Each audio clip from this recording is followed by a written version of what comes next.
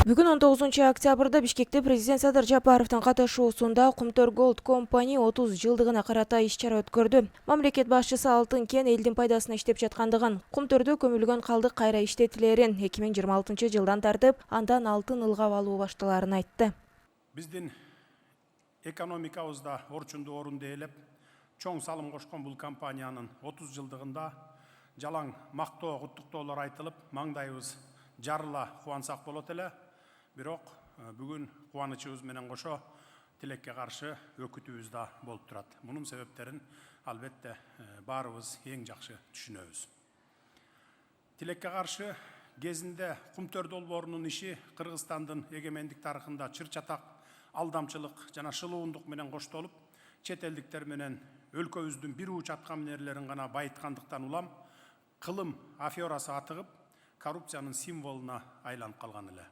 Кошумчалай кетсек, бүгүн Садыр Жапаров Кумтөр алтын кенин иштетүүнүн 30 жылдыгына карата жана кендин мамлекеттин менчигине өткөрүлүшүнө салым кошкондорго бир катар сыйлыктарды тапшырды. Анда юстиция министри Аяз Баятовго 3-даражадагы Манас ордени ыйгарылды. Даңк медали менен жаратылыш ресурстары, экология жана техникалык көзөмөл министрлигинин өнөр жай коопсуздугун жөнгө салуу башкармалыгынын начальниги Илдар Гилфанов Кумтөр Голд Компани ишканасынын директорлор кеңешинин мүчөсү Үмүтали Кыдыралиев сыйланды. Кумтөрдүн туруктуу өнүктүрүү бөлүмүнүн адиси Марат Ибраевке Кыргыз Республикасынын маданиятына эмгек сиңирген ишмер, Кумтөрдүн өндүрүш боюнча вице-президенти Кубанычбек Турдуккожоевке Кыргыз Республикасынын геология кызматына эмгек сиңирген кызматкер деген наам ыйгарылды. Жогорку кеңештин бир катар экс-депутаттары жана бир катар мамлекеттик кызматкерлер ардак грамота менен сыйланды. Эске салсак, канадалык Centara Gold компаниясы менен бирге башкарып келген кенди Кыргызстан өз карамагына 2021 жылдын май айында алып, 2022 жылдын апрелинде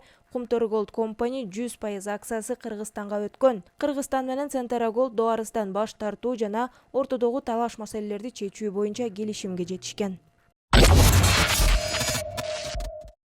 Улуттук коопсуздук боюнча мамлекеттик комитеттин төрагасы Камчыбек Ташиев уюшкан кылмыштуу топторду колдогондор болуп жаткандыгын, эми алар да жазаланарын айтты. Ташиев бул тууралуу УКМКнын Жайыл райондук бөлүмүнүн жаңы имаратынын ачылышында сөз сүйлөп жатып билдирди. ОПГны жок кылганы, ОПГ кылмыштуу топторду, кылмыштуу уюшулган топторду жок кылгандыгыбызды кээ бирлер ушул мындай бир ностальгия менен эстеп атышат да.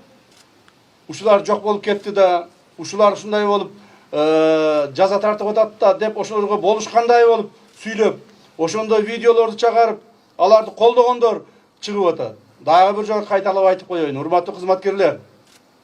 Мындан ары кылмышкерлерди эле эмес, кылмышкерлерди колдогондордун баарын жазалайбыз. Кылмышкерлерди колдоп, кылмыштуулукту бул жогорку деңгээлге алып чыгып, кылмыштуулукту популяризация кылгандарды, ошолорду мындай бир өнүктүрүүгө аракет кылгандарды дагы биз жазалашыбыз керек.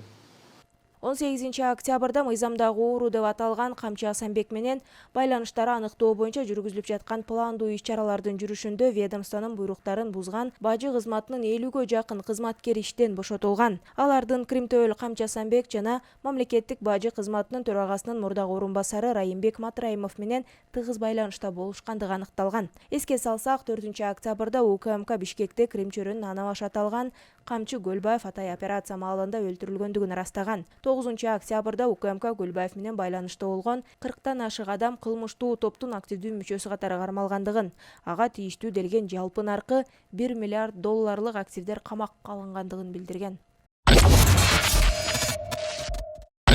Жогорку кеңештин депутаты Мекимбек Абдалиев кызды уурдоо ата-бабаларыбыздан бери келаткан үрп адат экендиги тууралуу айткан сөзү коомчулукта кызуу талкуу жаралды. Бүгүн 19 октябрда жогорку кеңеште мал уурдаган кылмышкерлерди жазалоо тууралуу мыйзам долбоору талкууланып жатканда, депутат Дастан Бекешев кыз уурдоонун жазасына салыштырганда көбүрөөк жаза мөөнөтү сунушталып жаткандыгын айтты. Ал малга караганда адам укугу, өмүрү жогору турарын белгиледи. Бекешевдин мындай пикирине мыйзам долбоорунун авторлорунун бири депутат Мекимбек Абдалиев жооп берип, салт жана үрп адат тууралуу айтты. Дастан Далабаевич, сиз азыр аял уурдоо деп эми айтып кеттиңиз да, кап болбоңуз, билсеңиз керек. Биздин үрп адат болчу да. Көпчүлүк биздин ата-бабаларыбыз ошонун ичинде биз деле алып качып келдик деп айтылчу эле да. Бирок ал бардыгыбыз эле билебиз да, биздин наркыбыз, салтыбыз болгон да. Сиз ал менен салыштырбаңыз. малды урдап атат, аялды урдап алып барып бир жака сатпайт да, туурабы? Аны үйлөнүшүн эме Анын кылышкан. макулдугу болбосо, бул кылмыш аракет. Бул туура келбейт. Када салып.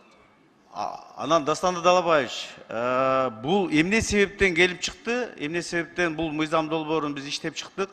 Себеби дегенде мурун мыйзам долбоор болгон, мал урурлук деп кодексте отдельно болгондо, бирок акыркы кезде күчөй баштады да. Мен мына сизге мисал катары айтып берейин. Мекин мырза, мен аны түшүндүм. Мен айтып атам го, ошону колдосок болот. Бирок санкция жактан өтө мындай несравнимое получилось, да?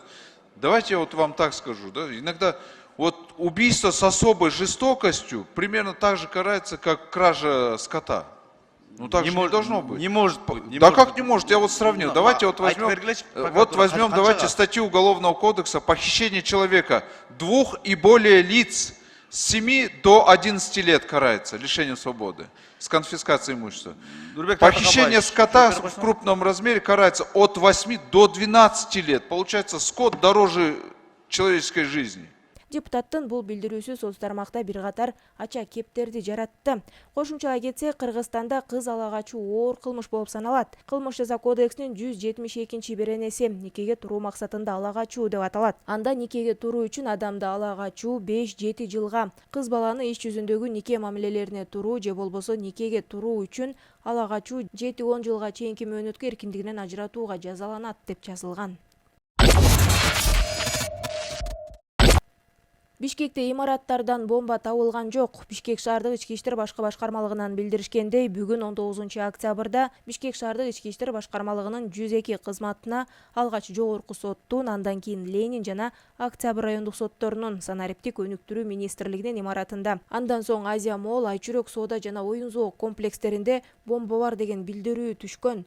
Жогорудагы фактылардын негизинде аталган имараттарда жарандар эвакуацияланып, ийимдин баңгизаттарды мыйзамсыз жүгүртүүгө каршы күрөшүү кызматынын кинологдору тарабынан жеринде тиешелүү иш-чаралар жүргүзүлгөн. Натыйжада саат 14:40 бул имараттардан эч кандай шектүү жана жарылуучу заттар табылган эмес деп айтылат маалыматта. Белгилей кетсек, бардык келип түшкөн билдирүүлөр маалыматтар журналына катталып, УКМКнын каттоосуна жана окуя боюнча чечим кабыл алуу үчүн өткөрүлүп берилет.